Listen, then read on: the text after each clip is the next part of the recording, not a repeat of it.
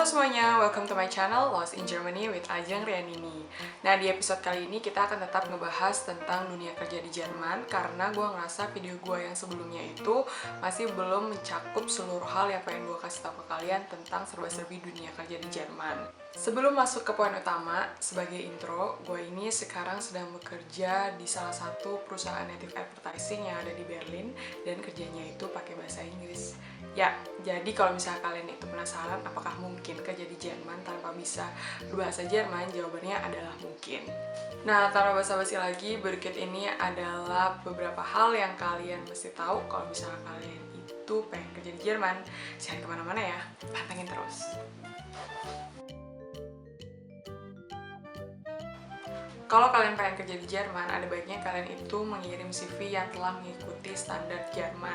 Bukan kenapa-napa, karena setelah gue berbicara atau ngobrol banyak tentang CV dengan orang Jerman ataupun pihak HRD yang ada di Jerman, mereka itu memang lebih memilih CV yang mengikuti standar Jerman. Nah, standarnya itu kayak gimana? Kalian itu bisa cari contohnya itu lewat Google, atau cara yang lebih cepat, ini tips yang sering gue lakukan, itu adalah pergi ke sebuah website yang namanya Jobpensa. Dan di Jobpensa ini kalian bisa ngisi data kalian, dan kalian itu nantinya akan bisa mendownload CV kalian dari Jobpensa sebagai PDF. Gue gak tahu itu make sense atau enggak, cuman kalau misalnya kalian pergi ke website itu, kalian akan ngerti apa yang gue maksud. Website ini akan gue cantumin di description box below, jadi kalian gak usah perlu nyatet-nyatet atau apalah. Tapi menurut gue pribadi dan menurut pengalaman gue sendiri, gue ini selalu mengirim lamaran gue atau CV gue ini menggunakan CV yang gue download langsung dari Jobpensa.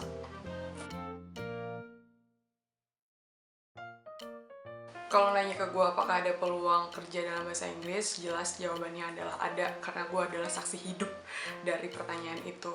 Tetapi yang perlu kalian harus perhatikan lebih jelas adalah kerja bahasa Inggris di Jerman itu jauh lebih sulit mendapatkan kesempatannya dibandingin kalian bisa berbahasa Jerman.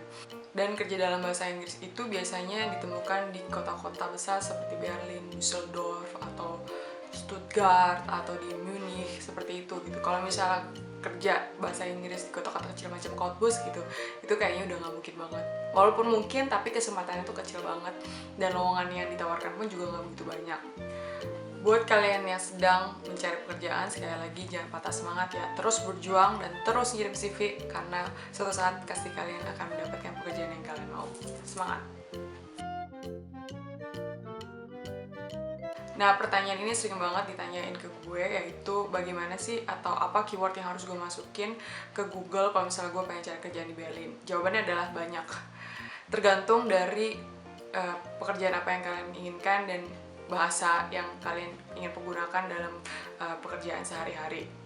Nah, kalau misalnya gue pribadi, karena ini gue nggak bisa bahasa Jerman dan gue pengen kerja dalam bahasa Inggris, jadi biasanya ini gue masukin keyword seperti contoh Berlin English job, Berlin English native speaker job, atau English job in Berlin, English job in Berlin, job in Berlin, something like that. Jadi kalian harus kreatif memasukkan keyword yang kalian pengen itu di mesin pencari Google. Tapi yang pasti adalah kalau misalnya kalian pengen bekerja dalam bahasa Inggris di Berlin, atau misalnya di Düsseldorf, atau misalnya di kota-kota lain, pastikan kalian ini masukin kata kunci English di Google.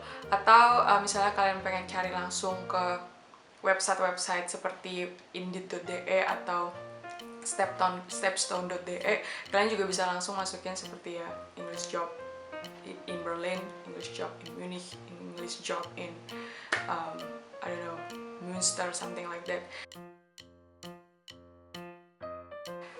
Nah, di dalam interview di sebuah perusahaan di Jerman, pastikan kalian itu untuk tampil percaya diri, karena being confident is something that most German are looking for. Jadi kalau misalnya kalian itu percaya diri dan tahu apa yang kalian lakukan, biasanya itu chance yang kalian punya untuk mendapatkan pekerjaan itu jauh lebih besar.